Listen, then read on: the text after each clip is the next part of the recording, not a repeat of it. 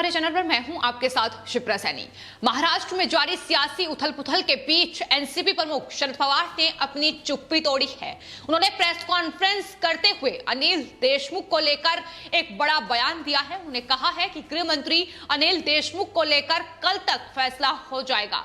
तो एनसीपी प्रमुख शरद पवार ने यह प्रेस कॉन्फ्रेंस की, लेकिन इस प्रेस कॉन्फ्रेंस में किस तरीके से परमवीर सिंह को घेरा, तो वहीं गृह मंत्री अनिल देशमुख को बलि का बकरा बनाने की कोशिश एनसीपी शिवसेना की ओर से की जा रही है। इसकी बानगी भी लगातार तमाम बयानों में देखने को मिल रही है। फिलहाल एनसीपी प्रमुख शरद पवार ने जो अहम और बड़ी बातें इस पूरी प्रेस कॉन्फ्रेंस के दौरान कही हैं, उन्होंने कहा है कि दरअसल जांच पर सीएम ही फैसला लेंगे। गृह मंत्री अनिल देशमुख को लेकर क्या फैसला होगा, ये भी महाराष्ट्र के मुख्यमंत्री उद्धव ठाकरे ही डिसाइड करेंगे।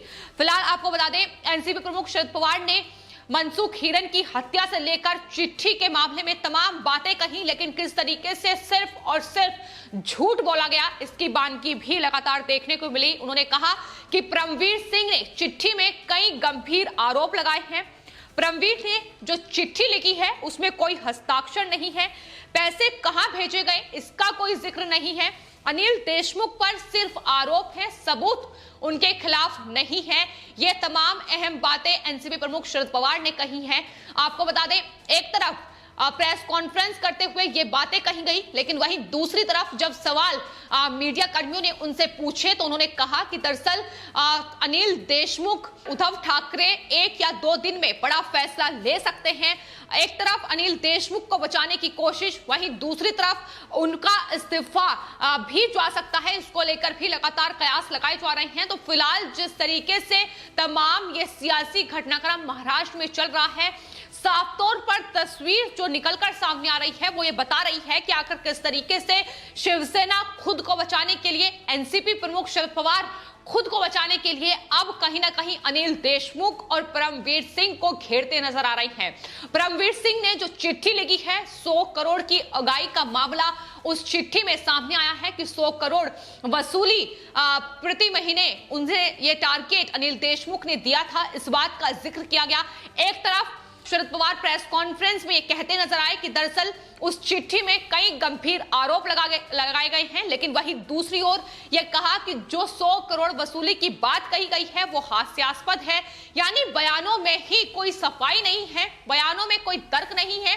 जाहिर तौर पर बौखलाहट लगातार बढ़ रही है। जिस तरीके से इनके खिलाफ लगातार सबूत सामने आ रहे हैं कि किस तरीके से महाराष्ट्र में ये कहीं ना कहीं ऑपरेशन जो लूट है, इसका धंधा महाराष्ट्र की सरकार ने चलाया हुआ था। उसमें शिवसेना भी शामिल है, उसमें एनसीपी प्रमुख शरद पवार भी शामिल है। यही वजह है कि अब कहीं ना कहीं अनिल देशमुख पर ही तमाम आरोप मढ़े जा रहे हैं। उनको लेकर आने वाले वक्त में कोई बड़ा फैसला हो सकता है।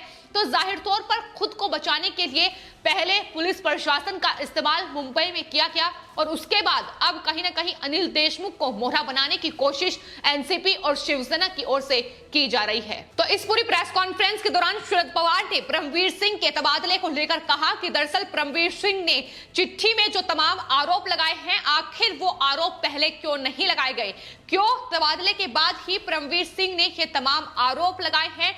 और साफ तौर पर यह कहा है कि दरअसल परमवीर सिंह ने ही वाजे को दोबारा बहाल किया था।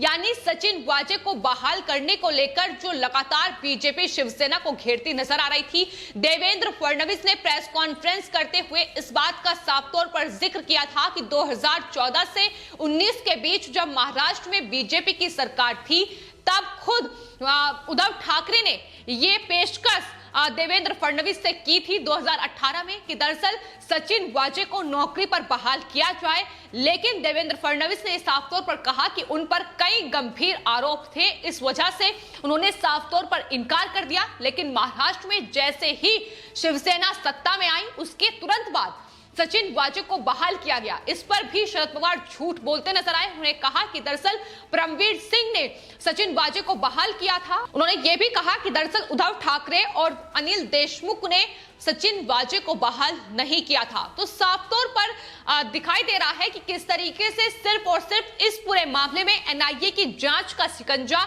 एनसीपी शिवसेना पर ना पड़े, इसको लेकर अब कहीं ना कहीं खुद को बचाने की पुरजोर कोशिश शिवसेना से लेकर एनसीपी तक जारी है। और अब अनिल देशमुख गृह मंत्री जो महाराष्ट्र के हैं, उन्हें कहीं ना कहीं घेरा जा रहा है। जाहिर तौर पर उन पर कई आरोप मुंबई पुलिस के पूर्व कमिश्नर परमवीर सिंह ने अपनी चिट्ठी पर जरूर लगाए हैं, लेकिन सिर्फ और सिर्फ अकेले अनिल देशमुख का ये पूरा षड्यंत्र, ये पूरी साजिश नहीं हो सकती है। जाहिर तौर पर तमाम वो नाम हैं जो अब कहीं ना कहीं शिवसेना, उद्धव ठाकरे, संजय राउत और अब शरद पवार बचाने की कोशिश में जुटे हुए हैं। तो आने वाले वक्त में क्या फैसला लिया जाएगा ये देखना होगा। लेकिन फिलहाल किस तरीके से महाराष्ट्र में एंटीलिया विस्फोटक केस और उसमें एक के बाद एक जो खुलासे अब निकलकर सामने आ रहे हैं, पहले सचिन वाजे की गिरफ्तारी, उसके बाद मुंबई पुलिस कमिश्नर परमवीर सिंह पर शिकंजा कसा गया, जिस तरीके से उन्हें शक के दायरे में रखा गया, उसके बाद शिवसेना उद्धव ठाकरे सरकार को यह बड़ा फैसला लेना पड़ा, उनका तबादला किया गया। लेकिन तबादले के बाद अब जिस तरीके से वो शिवसेना महाराष्ट्र में महाविकास अघाड़ी सरकार की पोल खोलते नजर आ रहे हैं, अब उसकी ही बानगी है कि इन तमाम नेताओं के बयानों में साफ तौर पर बौखलाहट झलक रही है। फिलहाल उन्होंने कहा है कि कोई भी जांच को लेकर फैसला उद्धव ठाकरे ही लेंगे, चूंकि वो महाराष्ट्र के मुख्यमंत्री हैं। ऐसे में मुख्यमंत्री के पास ही फैसला लेने का अधिकार है। तो जिस तरीके से कहा जा रहा था कि शरद पवार इसको लेकर कोई बड़ा फैसला ले सकते हैं, चूंकि महाराष्ट्र में महाविकास अघाड़ी सरकार कहीं ना कहीं उनके बलबूते पर ही चल रही है, तो ऐसे में उन्होंने साफ तौर पर अब अपना पल्ला इस पूरे मामले से वो छाड़ते नजर आए। तमाम आरोप अनिल देशमुख और परमवीर सिंह पर मढ़े गए, जिसका जवाब लगातार बीजेपी की ओर से हालांकि मिल रहा है, लेकिन शरद पवार ने भी झूठ बोलने में कोई कसर नहीं छोड़ी है। आखिर इसके मायने क्या है? क्यों इस तरीके से शिवसेना और एनसीपी को इस मामले में लगातार झूठ बोलना पड़ रहा है, यह भी लगातार सवाल बना हुआ है। क्योंकि शुरू से ही सचिन वाजे को बचाने की कोशिश शिवसेना की ओर से की गई। जाहिर तौर पर वो एक शिवसैनिक रहे हैं, 2008 में वो शिवसेना का हिस्सा थे। उसके बाद 17 साल तक सस्पेंड रहने वाले सचिन वाजे को शिवसेना ने ही दोबारा नौकरी पर बहाल किया, जिसको लेकर शिवसेना घिरती नजर आई। लेकिन अब शरद पवार शिवसेना का बचाव करते नजर आ रहे हैं। तो आखिर इनके मंसूबे क्या हैं? क्या आगे की रणनीति है? क्या मकसद है? ये फिलहाल जो लगातार प्रेस कॉन्फ्रेंस हो रही है, जिस तरीके से ये एक दूसरे को बचाव करते नजर आ रहे हैं, उसमें साफ तौर पर दिख रहा है कि एनआईए की जांच का दायरा जो लगातार तेजी से आगे बढ़ रहा है। अब शिकंजा पुलिस प्रशासन पर कसने के बाद कहीं ना कहीं महाराष्ट्र में नेताओं पर ही कसा जाएगा और खुद को अभी से अलग करने की कोशिश इस पूरे मामले में की जा रही है। वहीं सरकार पर सवाल जब उठा तो उन्होंने कहा कि दरअसल सरकार महाराष्ट्र में मजबूत है और आगे 5 सालों तक सरकार महाराष्ट्र में चलेगी। अभी भी लगातार यही रट महाराष्ट्र में महाविकास अघाड़ी सरकार के नेता लगाए हुए हैं, लेकिन तस्वीर दिख रही है कि किस तरीके से पूरी तरीके से महाराष्ट्र में सरकार बिखर चुकी है। महाराष्ट्र में इस वक्त जो सियासी उथल पुथल देखने को मिल रही है, कहीं ना कहीं बीजेपी उसको लेकर शिवसेना और एनसीपी पर हमलावर नजर आ रही है। आपको बता दें, इस बीच कानून मंत्री रविशंकर प्रसाद ने भी महाराष्ट्र में चल रहे इस पूरे कांड को लेकर कहीं ना कहीं प्रेस कॉन्फ्रेंस करते हुए शिवसेना महाविकास अघाड़ी सरकार को घेरने की कोशिश की। उन्होंने उद्धव ठाकरे से लेकर एनसीपी प्रमुख शरद पवार से कई सवाल पूछे। उन्होंने कहा कि वर्षों तक सस्पेंड रहने वाले एक पुलिस अधिकारी को आखिर किसके दबाव में बहाल किया गया, यह रविशंकर प्रसाद ने सवाल उठाया। उन्होंने कहा कि दरअसल महाराष्ट्र में जो निकलकर सामने आया है वो भ्रष्टाचार का मामला नहीं है, बल्कि ऑपरेशन लूट को कहीं ना कहीं वहां अंजाम दिया गया है।